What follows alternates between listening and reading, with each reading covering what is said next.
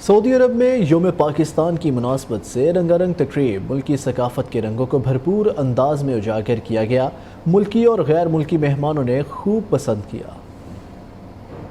یوم پاکستان کے حوالے سے تقریب کا اہتمام سفارت خانہ پاکستان کی جانب سے کیا گیا۔ ریاض ریجن کے گورنریٹ کے انڈر سیکرٹری ڈاکٹر فیصل بن عبدالعزیز السدیری، اسلامی عسکری اتحاد کے commander general retired Raheel Sharif نے خصوصی طور پر شرکت کی۔ دیگر ممالک کے سفیروں اور دیگر افسران کے علاوہ پاکستانی کمیونٹی کے اراکین کی بڑی تعداد بھی موجود تھی۔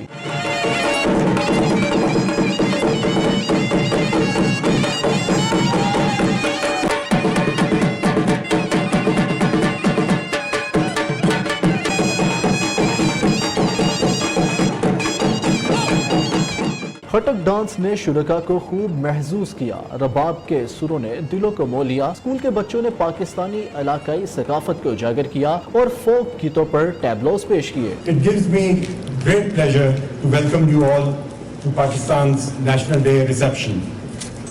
Our National Day is marked on 23rd of March every year, but since the holy month of Ramadan is about to begin, we decided to gather you a few days earlier for this occasion.